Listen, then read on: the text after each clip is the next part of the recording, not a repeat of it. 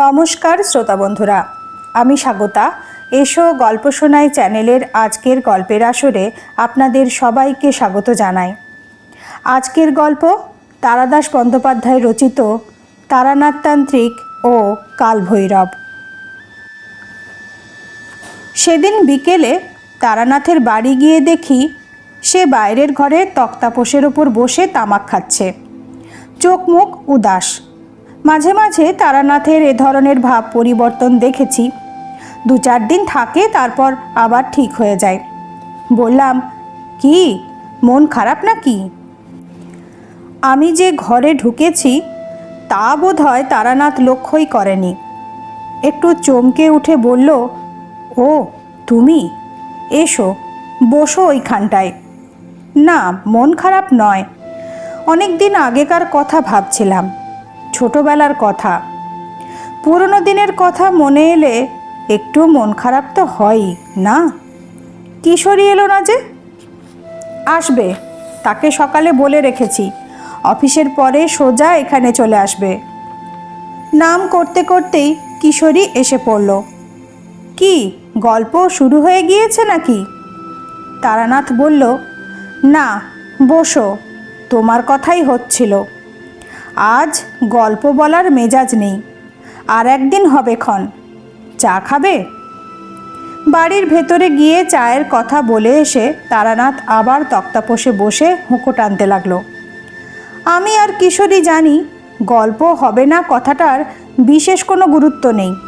অপেক্ষা করলে একটা ভালো গল্প বেরিয়ে আসতেও পারে। কয়েকটা ব্যর্থ টান দিয়ে বিরক্ত মুখে হুঁকো নামিয়ে রাখতে রাখতে তারানাথ বলল, ধুত্তরি, এটা আবার গেল নিবে। বসো তোমরা, চারিকে বলে আসি এক ছিলিম সেজে দিতে। কিশোরী পকেট থেকে নতুন পাসিং শোয়ের প্যাকেট বের করে তক্তাপোষে রেখে বলল, বসুন ঠাকুরমশাই, বারবার উঠতে হবে না, সিগারেট খান। তারানাথ উজ্জ্বল মুখে একটা সিগারেট বের করে ধরাতে ধরাতে বলল, সে বরং ভালো। হুঁকো কলকে আমাদের দেশে আর চলবে না, বুঝলে? কত ফৈজত, তামাক টিকের জোগাড় রাখো, টিকরে লাগাও, ছিলিম সাজো, 1 ঘন্টা ধরে ফু দাও। না, সিগারেটটাই ভালো। চোখ বুজে সিগারেটে টান দিতে দিতে একটু পরে তারানাথ বলল, তবে কি জানো, তামাকের মোজ সিগারেটে নেই। এই যে সোঁদা সোঁদা গন্ধ, কড়া ধাক, গুড়ুক গুড়ুক শব্দ, সব মিলিয়ে একটা দারুণ আমেজ। তারপরে ধরো ঠিকরে গুঁজছি, তামাক আর টিকে সাজাচ্ছি, মনোযোগ দিয়ে ফুঁ দিচ্ছি, আর মনের ভেতর এই হয়ে গেল এক্ষুনি আমি তামাক খাবো, এই ভাব। সেটাও এক রকমের মেজাজ, ওই অপেক্ষাটা। আর সিগারেট কি না, এই ধরালাম, 2-10টা টান দিয়ে ফেলে দিলাম, চুকে গেল। তা মানুষের হাতে সময় কমে আসছে, করবে কি? এই সিগারেটে এই বাজার দখল করবে দেখো। কিশোরী বলল, পুরনো দিনের কথা ভাবছিলেন বললেন না? আপনার ছোটবেলার ঘটনাই বলুন না, শোনা যাক। ছাইদানি হিসেবে ব্যবহৃত নারকোলের মালায় সিগারেটের দগ্ধাবশেষ গুজে দিয়ে তারানাথ বলল, সে তো আর একটা টানা গল্প নয়, কত বছর ধরে টুকিটাকি কত কিছু ঘটেছে। আমার কাছে সেসবের গভীর মূল্য আছে, কিন্তু তোমাদের ভালো লাগবে কেন? আমি জিজ্ঞাসা করলাম, আচ্ছা, তন্ত্র সাধনার দিকে প্রথম আপনার ঝোঁক আসে কি করে? সে তো তোমাদের বলেছি, গ্রামের বাঁধানো গাছতলায় সেই সাধু, তারপর বীরভূমের শ্মশানের সেই মাতঙ্গিনী, সে আবার ডামরতন্ত্রে সিদ্ধ ছিল, কিংবা বরাকর নদীর ধারের সাধুজি, যার পঞ্চমুণ্ডী আসনে বসে মধুসুন্দরী দেবীকে দেখতে পাই। এদেরই প্রভাবে এ পথে আসি। এ গল্প তো তোমরা শুনেছ। বললাম, কিন্তু তারও আগে, একেবারে ছোটবেলায় কবে বুঝলেন যে আপনার জীবনটা ঠিক অন্য সবার মতো হবে না? তারানাথ 2 আঙুলে ভ্রুর মাঝখানে টিপে ধরে রইল কিছুক্ষণ, তারপর মুখ তুলে আস্তে আস্তে বলল, জন্মের সময় থেকেই বোধহয় ঈশ্বর আমার জীবনের গতিপথ নির্ণয় করে দিয়েছিলেন। আমি যখন ভূমিষ্ঠ হই সেই মুহূর্তে আকাশ দিয়ে একটা বিরাট উল্কা ছুটে গিয়েছিল। মা আতুর ঘরে, গ্রামের বউঝিরা তাকে ঘিরে বসে রয়েছে। বাবা পায়চারি করছেন দক্ষিণের বারান্দায়। গরম জল নেবার জন্য সিন্ধুবালা দাই আঁতুর ঘর থেকে উঠোন পেরিয়ে রান্নাবাড়ির দিকে আসছিল। সেই হঠাৎ আকাশে আশ্চর্য আলো দেখতে পেয়ে চিৎকার করে ওঠে। তার ডাকে বাড়ির সবাই উঠোনে এসে জড়ো হলো। অদ্ভুত নীল আলোয় চারিদিক উদ্ভাসিত করে একটা নীল আগুনের গোলক পূব দিক থেকে পশ্চিম দিগন্তের দিকে চলে যাচ্ছে। সাধারণত উল্কা জ্বলে উঠেই চকিতে মিলিয়ে যায়। লোকজন ডেকে এনে দেখবার অবকাশ পাওয়া যায় না। এই নীল আলো কিন্তু অনেক অনেক ওপর দিয়ে বেশ সময় নিয়ে পার হয়ে যাচ্ছে। ধূমকেতুর মতো একটা অস্পষ্ট শতপ্রভ ধোঁয়ার পথরেখা ফেলে যাচ্ছে পেছনে। পশ্চিম দিগন্তে নীল উল্কা মিলিয়ে যাবার সঙ্গে সঙ্গে আমি ভূমিষ্ঠ হই। এ গল্প পরে বড় হয়ে সবার মুখে শুনেছি। সে বয়সটা একটা অদ্ভুত বয়স, বুঝলে।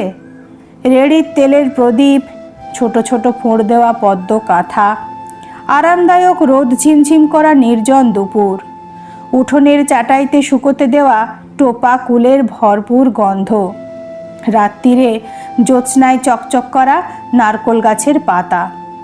সে সময়ে সবই সম্ভব ছিল। সমবয়সীদের সঙ্গে বনতো না। তাদের খেলাধুলো কথাবার্তা কেমন অর্থহীন আর হাস্যকর বলে মনে হতো। একা একা বেড়াতাম মাঠে বনে, গ্রামের বাইরে যাবার পথে চৌধুরীদের বাঁশবাগানে। একটা জিনিস খুব অনুভব করতাম, এখনো ভাবলে মন উদাস হয়ে যায়। ধরো, খাওয়া দাওয়া সেরে বাড়ির সকলে দুপুরের ঘুম দিচ্ছে। আমি বেরিয়ে চলে গিয়েছি সাঁতরা দিঘির পাড়ে। চুপ করে বসে আছি। ঝিরঝিরে বাতাসে দিঘির জলে ডুরে ডুরে ঢেউ উঠেছে। লিচু আর জামরুল গাছের পাতার ফাঁক দিয়ে সূর্যের আলো এসে মাটিতে রোদ আর ছায়ার আলপনা তৈরি করছে। আম গাছের গুঁড়ি বেয়ে উঠছে এক সারি কাঠপিঁপড়ে। এই সব নির্জন মুহূর্তে আমি তোমাদের সত্যি বলছি, স্পষ্ট শুনতে পেতাম গাছপালা, মাঠ, দিঘির জল আমার সঙ্গে কথা বলছে। ঠিক কোনো ভাষা দিয়ে নয়, সে ভাষা ওদের নেই। এ অনেকটা গানের সুরের মতো, কিংবা তাও ঠিক নয়, এমন একটা কিছু যা মন দিয়ে বোঝা যায় কিন্তু মুখ দিয়ে বলা যায় না। পরে সাধনা করতে গিয়ে দেখেছি উচ্চকোটির তন্ত্র সাধকেরাও স্বীকার করেছেন যে আমরা যাদের নির্জীব পদার্থ ভাবি তাদেরও প্রাণ আছে, চেতনা আছে। এখন ভাবলে বিস্মিত হই। তখন কিন্তু ব্যাপারটাকে খুবই স্বাভাবিকভাবে নিয়েছিলাম। ভাবতাম সবাই বুঝি আমার মতোই ওদের কথা শুনতে পায়। একদিন দুপুরবেলা খেলা করতে করতে চলে গিয়েছি গ্রামের বাইরের মাঠে। কেউ কোথাও নেই। শূন্য মাঠের ওপর রোদ্দুর ঝাঁঝা করছে। গ্রামের ঠিক প্রান্তে একটা বিরাট চটকা গাছ। সেই চটকা গাছের নিচে একজন লোক বসে আছে। কুচকুচে কালো রং, খালি গা, হাতে একটা পাচন বাড়ি। সম্ভবত সে শুয়োর চড়ায়, কারণ এদিক ওদিকে কয়েকটা শুয়োর চড়ে বেড়াচ্ছে দেখলাম। দৃশ্যটা অতি সাধারণ। গ্রামের অনেক গরিব মানুষেরা শুয়োর চড়িয়ে দিনাতিপাত করে। তাদের এই রকমই দেখতে, এবং তারা ক্লান্ত হয়ে পড়লে গাছতলায় বসে বিশ্রামও করে। কাজেই অবাক হওয়ার কিছু ছিল না। কিন্তু কেন যেন লোকটাকে ভালো করে দেখবার জন্য আমি পায়ে পায়ে তার দিকে এগিয়ে গেলাম। আমি কাছে যেতেই লোকটা আমার দিকে তাকিয়ে হাসল। কি তার চোখের প্রখরতা! ভালো করে তাকানো যায় না, যেন ঝকঝক করে জ্বলছে। আঁটোসাঁটো দৃঢ় শরীরের মধ্যে সে যেন নিজেকে আটকে রাখতে পারছে না। প্রাণশক্তি উপচে পড়ছে শরীর ছাড়িয়ে। আমার দিকে তাকিয়ে সে বলল, এসো, তোমার জন্যই বসে আছি। অবাক হয়ে বললাম, আমার জন্য? হ্যাঁ, তোমার সঙ্গে কথা বলবার জন্যই আজ আমাকে পাঠানো হয়েছে। বসো। কে পাঠিয়েছে? সে বললে এখন তুমি বুঝবে না, বড় হলে নিজেই জানতে পারবে। এদিকে এসো তো, কাছে এসো। আমার ঠিক ভয় করছিল না, বরং কেমন যেন রহস্যময় আনন্দের অনুভূতি হচ্ছিল। লোকটার কাছে এগিয়ে যেতে সে আমার কপালে হাত দিয়ে কি যেন দেখতে লাগলো। তারপর খুশি হয়ে বলল, ঠিক আছে, বসো ওই শেকড়টার উপরে। বসলাম। দু একটা দুষ্ট শুয়োর দল ছেড়ে ঘুরে বেড়াচ্ছিল, নিজেদের মধ্যে মারামারির উদ্যোগ করছিল। লোকটা পাচন বাড়ি তুলে বিচিত্র এক হুঙ্কার দিল, এও সাবধান, আমি জেগে আছি, ঠিক হয়ে চল। শুয়োরগুলো মন্ত্রমুগ্ধের মতো ঠেলাঠেলি বন্ধ করে এক জায়গায় হয়ে দাঁড়িয়ে রইল। অবাক হয়ে তাকিয়ে দেখলাম তার হাতের পাচন বাড়িটা কোনো গাছের ডাল বা কঞ্চি দিয়ে তৈরি নয়, কিসের যেন সরু হাড় সেটা। বললাম, কোথায় থাকো তুমি? এ গায়ে তো দেখিনি তোমাকে। সে বলল, এ গায়ে থাকি না তাই দেখনি। তাহলে? লোকটা তার প্রখর দৃষ্টিতে একবার চারদিকে তাকালো। সূর্যের আলো সরাসরি তার মুখে এসে পড়েছে। আকাশে উড়তে উড়তে একটা চিল ডাকছে কর্কশ তীক্ষ্ণ স্বরে। সেই রৌদ্রালোকিত আকাশ, দিগন্ত আর পৃথিবীর দিকে লোকটা দুহাত ছড়িয়ে দিয়ে বলল, এই সব কিছুর মধ্যে আমার থাকার জায়গা। অল্প জায়গায় আমাকে ধরে না যে। আমি তার কথা ঠিকঠাক বুঝতে পারলাম না। একজন লোক একটা বাড়িতে থাকবে এটাই নিয়ম, সব জায়গায় সে থাকে কি করে? বললাম, তুমি শুয়োর চড়াও? লোকটা চমকে বলল, কই না তো। এগুলো তোমার শুয়োর নয়? সে একবার স্থির হয়ে দাঁড়িয়ে থাকা শুয়োরগুলোর দিকে দেখল, তারপর বলল, কিন্তু এরা তো কেউ শুয়োর নয়। আমার তখন দৃঢ় ধারণা হয়েছে লোকটা বদ্ধ পাগল। হ্যাঁ, ঠিক তাই। সেজন্যই এর কথাবার্তা কেমন কেমন, চাউনি অমন অদ্ভুত। আর তাছাড়া পরিষ্কার দেখছি অতগুলো শুয়োর দাঁড়িয়ে রয়েছে, তবু মানতে হবে ওরা শুয়োর নয়।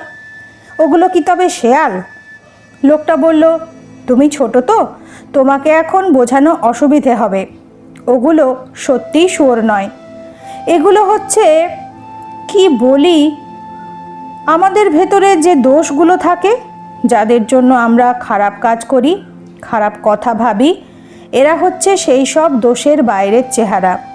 সাধারণ মানুষকে এরা চড়িয়ে বেড়ায়, কিন্তু আমি এদের চড়াবার বিদ্যা শিখেছি। দুটো শুয়োর আবার মারামারির উদ্যোগ করছিল। লোকটা সরু হাড়ের লাঠি তুলে গর্জন করে উঠতেই তারা চুপ করে গেল। লোকটা এবার যেন একটু ব্যস্ত হয়ে বলল, না, কথায় কথায় অনেক দেরি হয়ে গেল, আমার ফিরে যাবার সময় হয়েছে, সেজন্য আসা সেটা তাড়াতাড়ি সেরে নি। এদিকে এগিয়ে আসো তো খোকা। কোনো ভয় নেই, এসো। কাঁপা কাঁপা গলায় বললাম, কেন? সে বলল, আমি তোমাকে একটু মন খারাপ দিয়ে যাব। আমার দুই কাঁধ ধরে নিজের দিকে টেনে নিয়ে লোকটা অস্বাভাবিক জোরে প্রায় চিৎকার করে বলে উঠল, আমার চোখের দিকে তাকাও। আমি তার চোখের দিকে তাকালাম। হঠাৎই মানুষটার চোখ যেন দুটো জানালা হয়ে গিয়েছে। ভেতরে কত দূর অবধি দেখতে পাচ্ছি, ওখানে যেন আরেকটা জগৎ। এরকমই রোদ্দুর ঝাঁঝা করছে দিগন্ত অবধি বিছিয়ে থাকা মাঠে। সবুজ বন, নীল পাহাড় থেকে ঝুরঝুর করে ঝর্ণা নেমে আসছে। মেঘে আর কুয়াশায় ঢাকা ওই পাহাড়ে কবে যেন আমি থাকতাম। সুতোর কাঠি উল্টো দিকে ঘুরে যাওয়ার মতো বিস্তৃতির আড়াল থেকে কত পুরনো মহাকালের স্তরে স্তরে সঞ্চিত ভুলে যাওয়া কথা মনে পড়ে যেতে লাগলো। ক্রমে আমার সমস্ত চেতনা ওই চোখের জানালার ভেতর দিয়ে আশ্চর্য জগৎটার মধ্যে গিয়ে দাঁড়ালো। আমাদের গ্রামের সীমানায় চটকা গাছটা, চিলের তীক্ষ্ণ ডাক, সামনে পড়ে থাকা কৈখালির বিশাল মাঠ, সব কোথায় মিলিয়ে গেল। এখন আমি যেখানে দাঁড়িয়ে আছি সে জগতে ছায়াবাড়ির মতো অজস্র ছবি মিলে যাচ্ছে চোখের সামনে দিয়ে। কোথায় যেন এক উন্নত শীর্ষ মন্দির, শেষ বেলার আলোয় তার চূড়ার সোনার পদ্ম ঝলসে উঠছে। কাদের হাসি মুখ, এরা আমাকে খুব ভালোবাসত, কিন্তু এখন মিলিয়ে গিয়েছে দূর অতীতে। কানে ভেসে আসছে সমস্বরে উচ্চারিত মন্ত্রধ্বনির মতো একটানা উদার গম্ভীর সঙ্গীতময় শব্দ প্রবাহ। সব ছবি মিলিয়ে গিয়ে চোখের ওপর ভেসে উঠছে সৃষ্টিপূর্ব আদিম অন্ধকারের মতো কালো মহাশূন্য। থেকে থেকে সেই পরম কিছু নার মধ্যে চমকে উঠছে তীব্র জ্যোতির উদ্ভাস। সৃষ্টি হচ্ছে নক্ষত্রের, নীহারিকার, অনন্ত শূন্যের থেকে বস্তুপুঞ্জের। আমার চেতনা চলে যেতে লাগলো। আর কিছুক্ষণ এখানে থাকলেই আমি সম্পূর্ণ জ্ঞান হারাবো। ঠিক তখনই অনুভব করলাম চিরচেনা পৃথিবীর বিপুল আকর্ষণে আমি ফিরে আসছি আমাদের গ্রামের প্রান্তের রোদে পোড়া মাঠে। লোকটার চোখের জানালা দিয়ে বেরিয়ে আসবার সময় শেষবারের মতো তাকিয়ে দেখলাম সেই নিকষ কালো অনন্তস্পর্শী মহাশূন্যের বুক চিরে চলে যাচ্ছে একটা নীল উল্কা। চটকা গাছের গুঁড়িতে হেলান দিয়ে আমি মুহ্যমানের মতো বসে রইলাম। মাঠের ওপর দিয়ে তার সুর তাড়িয়ে নিয়ে লোকটা কোথায় যেন চলে গেল। সে কোথায় যাচ্ছে, কি করে আবার দেখা হবে কিছুই জিজ্ঞাসা করা হলো না। কিন্তু কি মন খারাপই যে আমাকে দিয়ে গেল। এরপর আমার আর কিছু ভালো লাগতো না। একা তো ছিলামই, আরও একা হয়ে গেলাম। সব সময় মনে হতো কি একটা কাজ যেন ফেলে রেখেছি, কোথায় যেন আমাকে চলে যেতে হবে। প্রথম যৌবনে ঘর ছেড়ে বেরিয়ে পড়ি, সে কথা তোমাদের বলেছি। বীরভূমের শ্মশানে মাতুপাগলি আমাকে সম্মোহিত করে নানা দৃশ্য দেখিয়েছিল। আমি যেন নদীর জলে নেমে গাছের শেকড়ে আটকে থাকা মৃতদেহ তুলে এনে পূজার উপকরণ সংগ্রহ করে সব সাধনায় বসলাম। সারা রাত কত আতঙ্কজনক দৃশ্য দেখলাম, কত উপদ্রব ঘটল। পরে সম্বিত ফিরে পেয়ে দেখি ধূসর সন্ধ্যায় নির্জন শ্মশানে দাঁড়িয়ে আমি মাতুপাগলির সামনে। মাত্র 10 মিনিট সময় কেটেছে।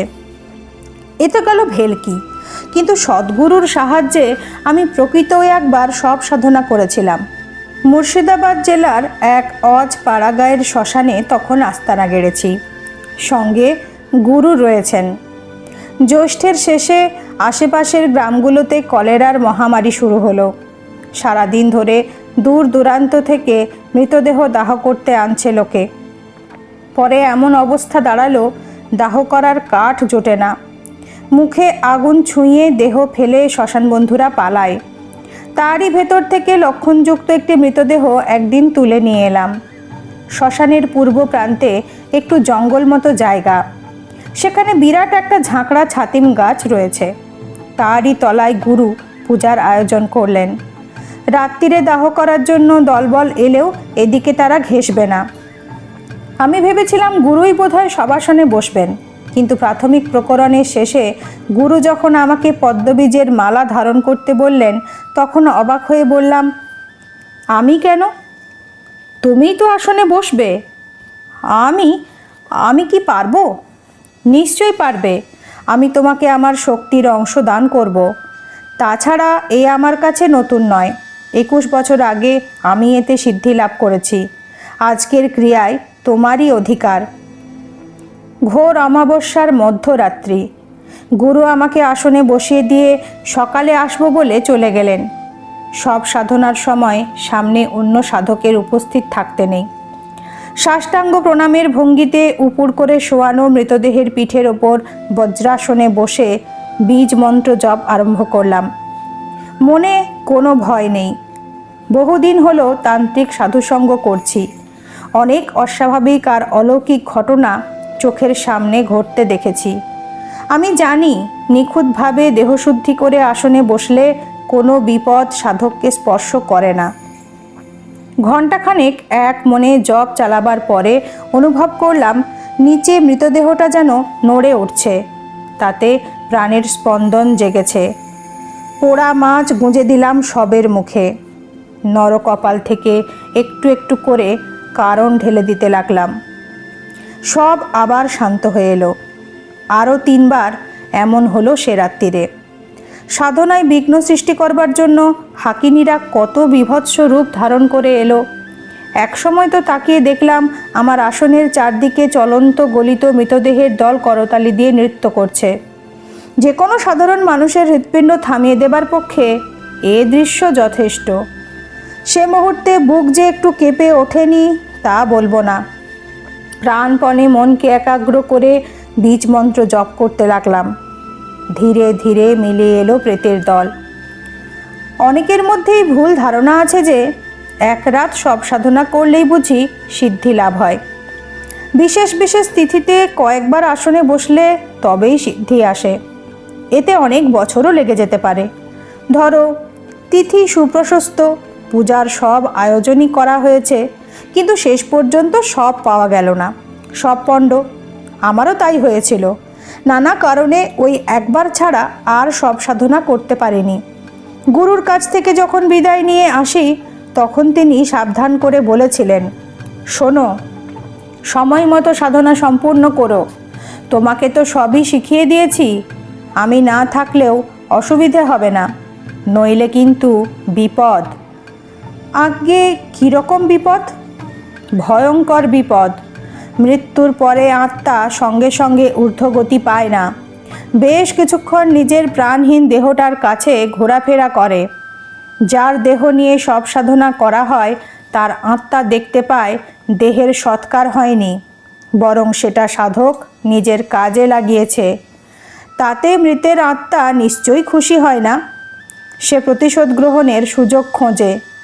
সাধনা সম্পূর্ণ করলে সাধক অমিত শক্তি লাভ করে, ফলে তার আর ভয় থাকে না। না হলে বুঝতেই পারছো কি বিপদ হতে পারে। সাবধানে থেকো। জানো তো, প্রবাদ আছে, সাপুড়ের মরণ সাপের হাতে। তোমার ভাগ্য আমি গণনা করে দেখেছি, তুমি একটানা সাধনা করতে পারবে না।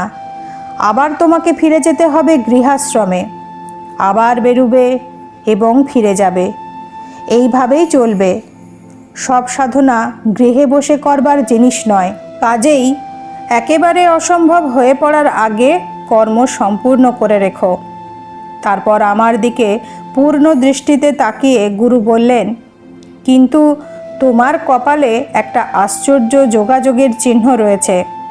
আমি স্পষ্ট দেখতে পাচ্ছি, খুব বড় একজন মহাপুরুষ কিংবা মহাসাধক তোমাকে কৃপা করবেন। দেখি হাতটা। ডান হাত বাড়িয়ে দিলাম। উনি হাতটা ধরলেন, কিন্তু দেখলেন না, তাকিয়ে রইলেন আমার দিকে। বললাম, কি ধরনের মহাপুরুষ? এমন কোনো উচ্চমার্গের মুক্ত আত্মা যার নাম মুখে উচ্চারণ করার যোগ্যতা আমার নেই। সব রকম সাধনা ও সিদ্ধির ঊর্ধ্বে চলে গিয়েছেন এমন কেউ। ইনি তোমাকে অনেক বিপদ থেকে রক্ষা করবেন। আমি ব্যস্ত হয়ে জিজ্ঞাসা করলাম, কবে এর দেখা পাবো? শান্ত কণ্ঠে গুরু বললেন, এর দেখা তুমি পেয়েছো। সে কি, কবে?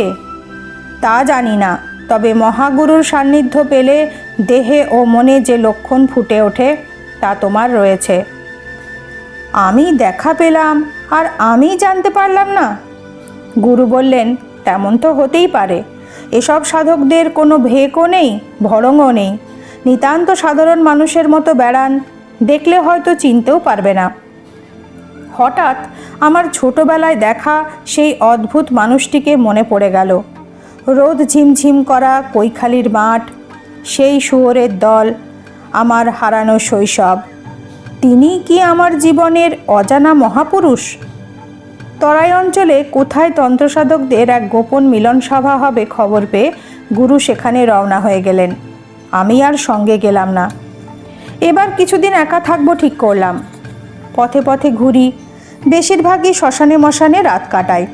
ক্বচিৎ কখনো কোনো গৃহস্থ বাড়িতে আশ্রয় নিই। একদিন এক রেল স্টেশনের প্ল্যাটফর্মে বসে আছি। আমার ট্রেন আসতে ঘণ্টাখানেক দেরি। সেটা জংশন স্টেশন। লুপ লাইনে যেতে হলে ওখান থেকে গাড়ি বদল করতে হয়। প্রচণ্ড বৃষ্টি নেমেছে সকাল থেকে। আকাশ কালো হয়ে রয়েছে মেঘে। ঝুপঝুপ করে বৃষ্টির আর যেন বিরাম নেই। 2 পয়সায় বিড়ি কিনবো বলে স্টেশনের দোকানটার দিকে এগুচ্ছি, হঠাৎ পেছন থেকে কে যেন ডাকলো, আরে তারানাথ না? থমকে দাঁড়ালাম। এমন জায়গায় আমার নাম ধরে কে ডাকে? এদিক ওদিক তাকিয়ে দেখি ওজন করার লোহার কলের পাশে কয়েকটা চালের বস্তার আড়ালে বেঞ্চির ওপর বসে আছে আমাদের গ্রামের ভূপতি শিকদারের ছেলে রমাপতি। ছোটবেলায় এই রমাপতি বোধহয় গ্রামে আমার একমাত্র বন্ধু ছিল। কতদিন ওদের বাগান থেকে দুপুরে কাঁচা পেঁপে ছিঁড়ে এনে নুন দিয়ে খেয়েছি। গ্রামের পুরনো বন্ধুকে দেখে হাসি মুখে এগিয়ে গেলাম। রমাপতিও উঠে এসে আমার হাত ধরে বলল, উহ, কতদিন পরে দেখা। এখানে কি করছিস রে? তোর গেরুয়া কই? হেসে বললাম, আমি কি সন্ন্যাসী হয়েছি নাকি যে গেরুয়া পরে ঘুরব? সন্ন্যাসী হোসনি?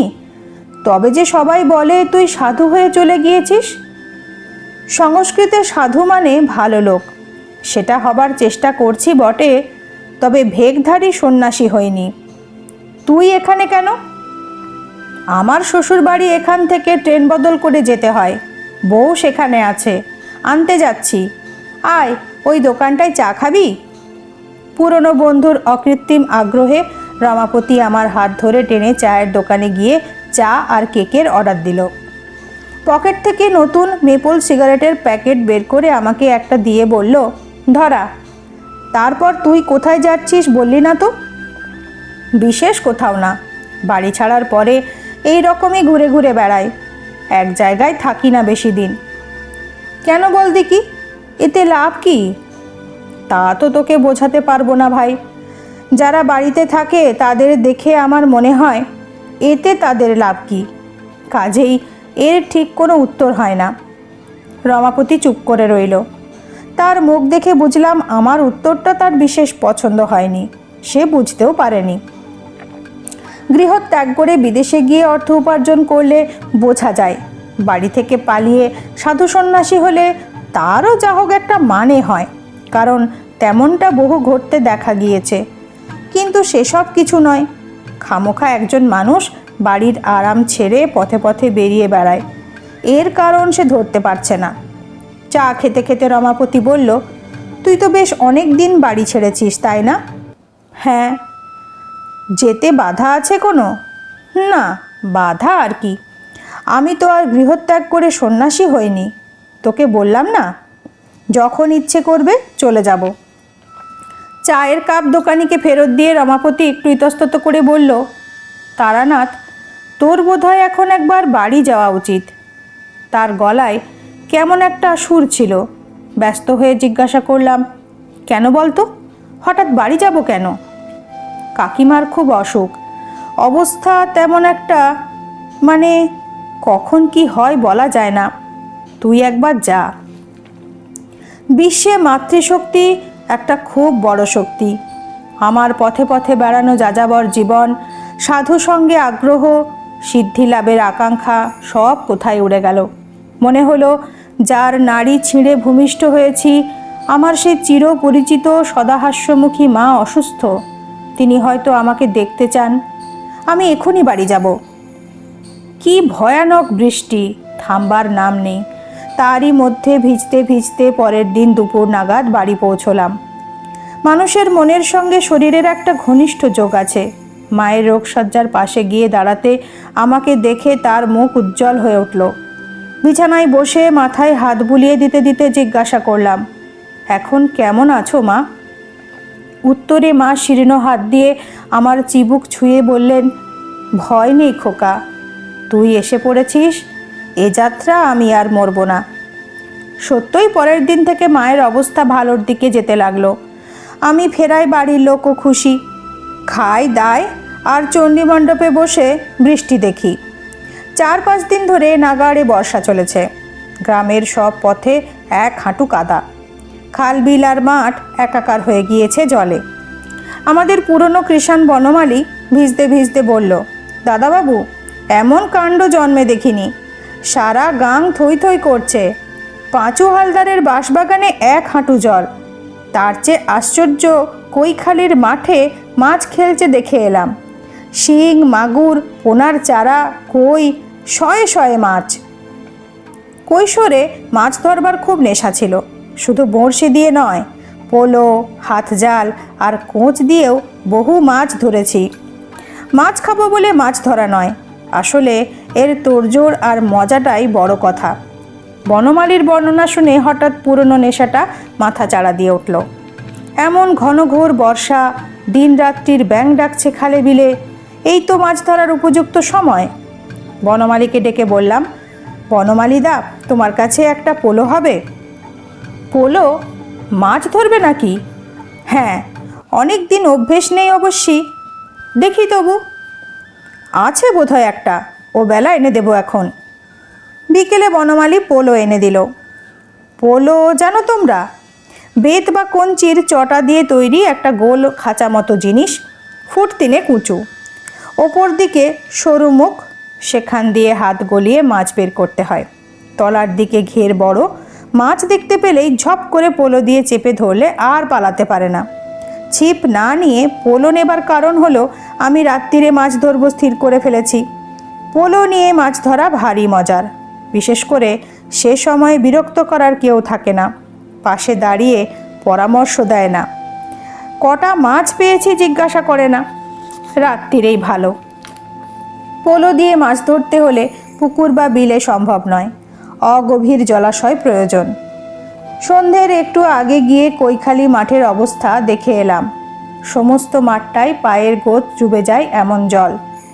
মাঝে মাঝে সামান্য উঁচু জমি এখানে ওখানে দ্বীপের মতো জেগে আছে। একেবারে আদর্শ জায়গা। খাওয়া দাওয়া সেরে রাত 11টা নাগাদ লণ্ঠন আর পোলো নিয়ে বেরুলাম। বনমালী সঙ্গে আসতে চেয়েছিল, আমি রাজি হইনি। ওই যে বললাম, মাছ ধরার পরিবেশটাই আসল। সঙ্গে লোক থাকলে বকবক করবে, নানান কথা বলবে, না সে সুবিধে হবে না। কিন্তু বনমালীকে সঙ্গে নিলেই ভালো করতাম। তখনও জানি না কি ঘটতে চলেছে সেদিন রাত্রিরে। সন্ধ্যে থেকে বৃষ্টিটা একটু ধরেছে। আজ 5 দিন পর এই প্রথম একটু খান্তি। কিন্তু সমস্ত আকাশ কালো মেঘে ঢেকে রয়েছে। বিদ্যুৎ চমকাচ্ছে একটু বাদে বাদেই। যে কোনো সময়ে আবার ঝেঁপে জল আসতে পারে। খুড়তুতো ভাইয়ের কাছ থেকে তার বাঁশের হাতলওয়ালা ছাতাখানা চেয়ে এনেছি, সেটা বগলে রয়েছে। ভাঁজ করা ছাতার ভেতরে আছে মুগার সুতো দিয়ে বোনা জালের থলে। মাছ পেলে তাতে রাখা হবে। আয়োজন সব ঠিক, এবার দেখা যাক কীরকম কি হয়। ভোর রাত অবধি চেষ্টা তো চালিয়ে যাব। মাঠে পা দিয়েই বুঝলাম বনমালী মিথ্যে খবর দেয়নি। খাল বিল ভেসে গিয়ে প্রচুর মাছ চলে এসেছে কৈখালি মাঠে।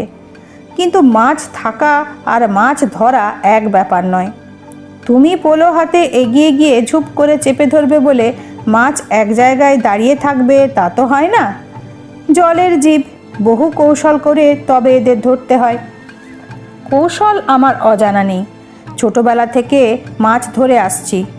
যেমন ধরো, শোল বা ল্যাটা মাছ লণ্ঠন উঁচু করে ধরে নাড়ালে আলোয় আকৃষ্ট হয়ে কাছে আসে। কই মাছ আবার আলো টালো কিছুই খেয়াল করে না, ছাঁক বেঁধে একদিকে চলেছে তো চলেছেই। এদের ধরা সোজা। শিং আর মাগুর খুব চালাক মাছ। মানুষ বা অন্য কিছু সাড়া পেলেই সে তল্লাটে থাকে না, শোঁ শোঁ করে পালায়। এরা ছোটেও খুব জোরে, জলের মধ্যে দৌড়ে নাগাল পাওয়া যায় না। কিন্তু মজা হচ্ছে শিং মাগুর ছোটে একদম সোজা, কোন দিকে গেল খেয়াল করলে একটু পরে পেছন পেছন সেখানে গিয়ে হাজির হওয়া যায়। সচরাচর এরা তাড়া খেয়ে আলের ধারে বা গাছের শেকড়ের কাছে গিয়ে আশ্রয় নেয়, খোলা জায়গায় থাকে না। অমন জায়গায় পোলো বসানো মুশকিল, তখন পা দিয়ে জলে শব্দ করতে হয়। ভয় পেয়ে মাছ আবার দৌড় দেবার উদ্যোগ করলেই তাড়াতাড়ি পোলো বসিয়ে দিতে হয়। যাকগে, কথায় কথায় অন্য প্রসঙ্গে চলে এসেছি, আসল কথাটা বলি। রাত 1:30টার মধ্যে অনেক মাছ ধরে ফেললাম। মুগার সুতো দিয়ে তৈরি ব্যাগ এত ভারী হয়ে উঠেছে যে শক্ত সরু সুতো হাতে কেটে বসে যাচ্ছে। এদিকে আবার মেঘ ডাকতে শুরু করেছে, গা শিরশির করা বাদলার হাওয়া দিচ্ছে। বৃষ্টি ফের এলো বলে এবার বাড়ি চলে যাওয়াই ভালো। অনেকক্ষণ থেকেই মনের ভেতরে কেমন একটা অস্বস্তি হচ্ছিল। কি অস্বস্তি সেটা আমি ঠিক বলে বোঝাতে পারবো না। কোনো অমঙ্গল আসবার আগে থেকে আমি টের পাই, একথা আগেই বলেছি। এতক্ষণ মনের একেবারে তলায় কোণের দিকে কোথাও একটা বিপদের পূর্বাভাস খচখচ করছিল। মাছ ধরার আনন্দ আর উত্তেজনায় খেয়াল করিনি। এবারে পরিপূর্ণ সম্বিত ফিরে পেয়ে চারদিকে তাকিয়ে দেখলাম ঘন বর্ষার মধ্যরাত্রে গ্রামের বাইরে নির্জন জলভরা মাঠে একা দাঁড়িয়ে আছি। একটা শেয়াল পর্যন্ত এই দুর্যোগে আশ্রয় ছেড়ে বাইরে বের হয়নি। তেমন কিছু ঘটলে গলা ফাটিয়ে চিৎকার করলেও সাহায্যের জন্য কেউ এগিয়ে আসবে না। না, বনমালীকে সঙ্গে আনাই উচিত ছিল। এই জলকাটা ভেঙে বাড়ি পৌঁছতেও অন্তত আধ ঘন্টা সময় লাগবে। তার মধ্যে আবার বৃষ্টি এসে গেলেই তো হয়েছে। ভাবতে ভাবতেই ঝিরঝির করে বৃষ্টি নামলো। তাড়াতাড়ি ছাতা খুলতে যাচ্ছি, কেমন করে যেন হাত ফসকে লণ্ঠনটা জলে পড়ে নিভে গেল। চারিদিকে নিশ্ছিদ্র অন্ধকার। কিছুক্ষণ হতবুদ্ধি হয়ে দাঁড়িয়ে রইলাম। আলো থাকলে বুকে বেশ সাহস থাকে। তাছাড়া আমাদের তন্ত্রশাস্ত্রে বলে আগুন হচ্ছে পবিত্রকারী শুভ শক্তি। কোনো অশুভ উপস্থিতি আগুনের সান্নিধ্যে আসতে পারে না। এই জন্য সাধকদের আসনে সব সময় ধুনি জ্বালিয়ে রাখা নিয়ম। কিন্তু দাঁড়িয়ে থেকে তো লাভ নেই, বরং আন্দাজে আন্দাজে চলতে শুরু করাই ভালো। মাছ ধরতে ধরতে মাঠের একেবারে অপর প্রান্তে চলে গিয়েছিলাম। এবার মাঠ পার হয়ে সেই চটকা গাছের পাশ দিয়ে গ্রামের পথে ঢুকতে হবে। মাথায় ছাতি ধরে মাছ ভর্তি থলে আর নেভা লণ্ঠন হাতে চটকা গাছ আন্দাজ করে হাঁটতে শুরু করলাম। হঠাৎ দিক দিগন্ত উদ্ভাসিত করে একবার বিদ্যুৎ চমকালো। সামনের দিকে তাকিয়েছিলাম। অন্ধকারে হাঁটবার সময় মানুষ যেমন মুখটা একটু তুলে রাখে, বিদ্যুতের উজ্জ্বল আলোয় স্পষ্ট দেখলাম উল্টো দিক থেকে একজন মানুষ আমার দিকে এগিয়ে আসছে। বিদ্যুতের আলো এক মুহূর্তের বেশি ছিল না, কিন্তু আলো নিভে যাবার পরেও মনে মনে চিন্তা করে কোথায় কি দেখেছি, কতটা দেখেছি বোঝা যায়। যে লোকটা আমার দিকে এগিয়ে আসছে তার হাঁটার ভঙ্গিতে কোনো জড়তা নেই। অন্ধকারেও যেন সে পরিষ্কার দেখতে পাচ্ছে। তার গা খালি, কালো রং, পরনে একটা নেংটি মতো কাপড়ের ফালি। কিন্তু সবচেয়ে বড় কথা, ও লোকটাকে আমি চিনি, খুব পরিচিত সে। এই কিছুদিনের ভেতরেই কোথায় যেন দেখেছি। কোথায় কোথায় অকস্মাৎ আমি বুঝতে পারলাম এবং সঙ্গে সঙ্গে অনুভব করলাম আমি ভয়ানক বিপদগ্রস্ত। জীবিত অবস্থায় এ মাঠ থেকে বেরোতে পারবো কি না তার নিশ্চয়তা নেই। কারণ যে মানুষটির মৃতদেহের ওপর বসে 6 মাস আগে আমি সাধনা করে এসেছি, তার সব এগিয়ে আসছে আমার দিকে বৃষ্টিধারার মধ্যে দিয়ে। গুরুর কথাই ফলে গেল। সময় মতো সাধনা শেষ করতে পারিনি। এবার সেই শৈথিল্যের মূল্য বুঝি নিতে আসছে ওই মূর্তি। যতদূর সম্ভব শব্দ করা থেকে বাঁচিয়ে সাবধানে জলে পা ফেলে ডান দিকে সরে যেতে লাগলাম। একটু ঘুরপথ হলেও যদি ওই জীবন্ত বিভীষিকার হাত এড়িয়ে গ্রামের পথে পা দিতে পারি, একবার বাড়ি পৌঁছতে পারলে আর ভয় নেই। সেখানে প্রতিষ্ঠিত গৃহদেবতা আছেন, সেখানে এই শরীরই আতঙ্ক প্রবেশ করতে পারবে না। অনেকখানি সরে এসেছি, এমন সময় আবার চমকে উঠল বিদ্যুৎ। চকিত মুহূর্তের মধ্যেই দেখতে পেলাম চলন্ত অপচ্ছায়াও তার গতিপথ বদলে সোজা আমার দিকে আসছে। আমারই ভুল, অন্ধকারে ওই ভয়ঙ্করের দৃষ্টি বাধা পায় না। ওভাবে ওকে ফাঁকি দেবার চেষ্টা বৃথা। আদিম জড়বিশ্বের বুদ্ধিহীন চেতনাহীন অন্ধশক্তির দ্বারা চালিত হয়ে একটা বিকৃত মানব দেহ অমোঘ গতিতে আমার নিকটবর্তী হচ্ছে। কোনো ক্রমে বাড়ি ফিরতে পারলে কয়েকটা গূঢ় প্রক্রিয়ার দ্বারা একে আমি ঠেকাতে পারি, কিন্তু এই মাঠে দাঁড়িয়ে তা সম্ভব নয়। শেষ চেষ্টা করার জন্য আমি হাতের জিনিসপত্র ফেলে দিয়ে মাঠের দূর প্রান্তের দিকে প্রাণপণে দৌড়তে লাগলাম। পারবো কি গ্রামের পথে পৌঁছতে? সে পথে একটু এগিয়ে হাঁক দিলে গ্রামের শেষে কোনো বাড়ি থেকে হয়তো শুনতে পাওয়া যাবে। হঠাৎ অন্ধকারে উঁচুমতো একটা কিসের সঙ্গে হোঁচট খেয়ে ঠিকরে পড়লাম জলে। প্রথমেই বলেছি মাঠের মধ্যে কয়েক জায়গায় উঁচু ডাঙা দ্বীপের মতো জেগেছিল, তারই একটাতে ঠোক্কর লেগে পড়েছি বুঝতে পারলাম। একটা মাটির ঢেলা বা ইটের টুকরোতে ডান হাঁটু পড়েছিল। দারুণ যন্ত্রণায় মাথার ভেতর অবধি ঝনঝন করে উঠল। হাঁটু আর সোজা করতে পারছি না। বেশ কিছুক্ষণ আর উঠতে পারবো না বুঝতে পারলাম। এতক্ষণ নিজের পায়ের শব্দে টের পাইনি, এবার শুনতে পেলাম ছপ ছপ করে জলের ওপর দিয়ে ভারী পায়ের আওয়াজ ক্রমেই এগিয়ে আসছে কাছে।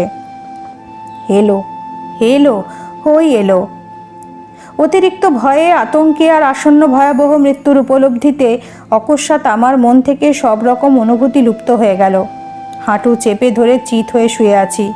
মুখের ওপর ঝিরঝির করে বৃষ্টি পড়ছে। কানে ভেসে আসছে দুরাগত মেঘ গর্জন। কিন্তু হাঁটুতে প্রবল যন্ত্রণা ছাড়া পৃথিবীর আর সব বাস্তবতা আমার কাছে অর্থহীন হয়ে গিয়েছে।